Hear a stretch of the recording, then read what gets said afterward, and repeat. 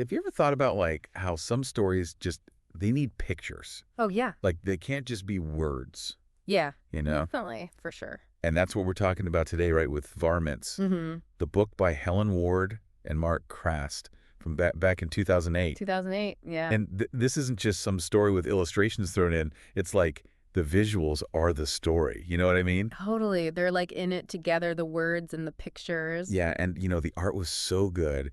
It was shortlisted for the Kate Greenaway Award. Oh, wow. Yeah, so that tells you something right there. Big time. So you sent us down the rabbit hole with this one, and you want us to do a deep dive on varmints. Yeah. I'm really interested to hear what you think. Yeah, so we're going to look at, what makes it tick, the characters. Yeah. The whole story, those messages it throws at you. Awesome. So let's get to it, right? Let's do it. Who are these characters we're dealing with? All right, so Yeah. front and center. Yeah, We have a varmint. a varmint now. When you hear that word, what do you think of? I don't know, something kind of pesky, Yeah. like Yeah. a nuisance, Like raccoon in your trash. Totally. Yeah.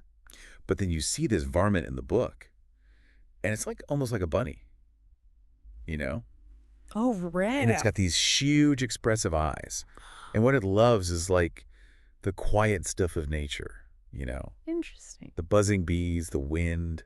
It's cool how they are. Yeah, it's like the opposite of what you think a varmint would be into. Yeah, totally flips it around. Right. And, this connection to nature, it's not just like a throwaway detail, It's like their whole deal, right? Yeah, it's like it's the driving force for this varmint.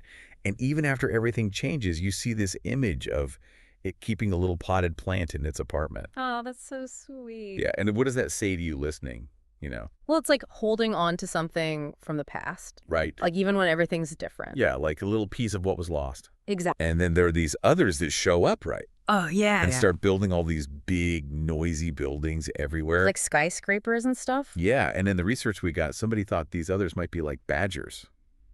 Oh, that's interesting. What do you think about that? I don't know. There's something about how they're drawn, you know? Yeah. And the way they just barge in, Yeah. it kind of Yeah. fits. And the book never actually says what they are, does it? That's true. And that's what's cool, right? Like Yeah. it makes you think, who are these others in our world? Exactly. Like what's doing this kind of stuff to our environment? Yeah, it makes it way bigger than just the book. Totally. And the way it's drawn really shows that disruption, Mhm. Like the varmints, they start in this bright, colorful field, and then the pictures take your eye like left, and it gets darker and darker. That's so cool how they do that. Yeah. Like usually going right to left in a picture book, it shows time passing, you Yeah. know? So here, as you follow the varmints going left into the dark, it's like their world's getting taken over, you know? Yeah. And then look at the others. They come in from the right side of the page, Oh, and they go left too after they do their thing. it's like they're spreading the damage. Exactly. It's like they mess things up and then just keep moving on. Wow, that's really powerful. Right. Yeah, so we've got our characters and their world changing all around them. Right. And you said the story starts with all these sounds of nature. Oh, yeah. It's like you can almost hear it on the page. Really? Yeah, buzzing bees, moles, scurrying around, birds singing, you name it. Wow. And the book says, these sounds made everyone happy, you know? Like it was a good place to be. Exactly. Yeah. It's like this perfect balance. And then, well. And then it all goes away. Yeah. Right? And you listening, Yeah. think about like when those quiet sounds are gone in your world. Yeah, you really notice it then, don't you? Oh, yeah. It's like everything's off. Ex- And that's when the others show up and it's like the opposite of quiet, Oh, yeah, it gets loud. Yeah. Big time. Like noise everywhere. Filling the sky and everything. And they build these huge buildings that the book says are like scratching the sky. Where the birds used to sing. Yeah, it's like they're pushing nature right out of the way. And the text even says that all this noise makes it hard to think. Oh, wow. Like it's messing with their heads, you know? Yeah, it's like they can't even be themselves anymore. Exactly. It's like a total sensory overload. So it's bleak. Pretty much. But then you see the varmint doing this one tiny thing, Yeah. taking care of this little plant. That little plant. Yeah. What do you think about that moment? I don't know. It's like this tiny bit of hope in all this darkness, you know? Right. It's like they're saying, I'm not giving up on what was good. Yeah. And it's not just a symbol, right? Right. Like as the plant grows, it gets brighter around it. Like nature's fighting back. Yeah. And it's just from this one tiny thing. It's amazing, right? It's like saying anyone can make a difference. Totally. And then the ending right? Oh, yeah, the ending. It just says the beginning. What'd you think about that? I mean, it's so simple, but so powerful, you know? It really changes things, doesn't it? It's not the end. It's like saying this is just the start. Yeah, like it's not over. It's a whole new way of looking at it. Totally. And what do you think it means for the listener? Uh-huh. You know?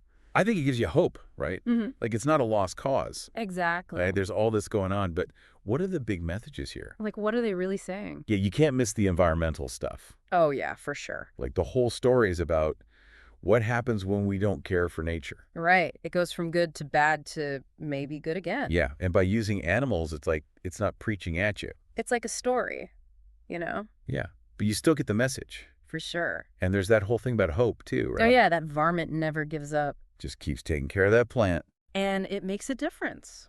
Yeah, so what's that saying to us, you know? That we can all make a difference. Yeah, even if it seems small. Even if it's just one little thing. Yeah, and what about that quietness, you Well, know? yeah, the peace and quiet. Yeah, like all that noise really messes them up. Makes it hard to think, hard to live even. Yeah, and it makes you think about how much we need those quiet spaces, you know? And what about you listening? Like, do you ever feel overwhelmed by all the noise in the world? I think we all do sometimes. Probably. And it's like the book saying, hey, think before you do stuff, you know? Especially when it comes to the environment. Right. Right. Like those other, they just come in and change They everything. don't even think about it. And it's like a warning, you know? Yeah, like, slow down.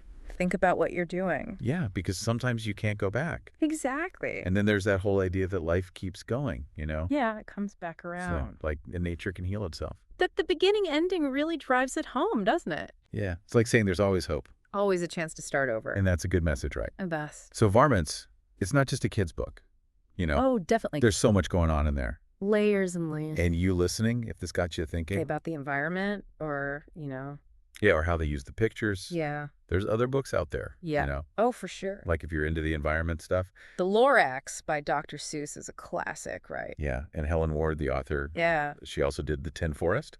Oh, yeah. That one's beautiful. And if it's the pictures that got you, there's The Arrival by Sean Tan All pictures. and Tuesday Oh. by David Weisner. That was really trippy. Those illustrations are amazing. And if you want more of that hopeful feeling, there's Skellig. By David Allman. Yeah, and Lost and Found by Oliver Jeffers. So many good ones. So there you have it. A whole deep dive on varmints. Ew. It really makes you think, doesn't it? Definitely. Like how they use the word varmint. And then the varmint's not really a varmint. Yeah, and how what we do matters. Huge. And how there's always hope. That little plant. Yeah. So maybe you listening, you're thinking about what your little plant is, you know. That you can take care of. Yeah. Or maybe all the noise in your world. What can you quiet down? Yeah. It's a book that sticks with you For sure. long after you finished it. Absolutely. So thanks for sending us down this rabbit hole. My pleasure. And we'll see you next time for another deep dive. Can't wait. See ya.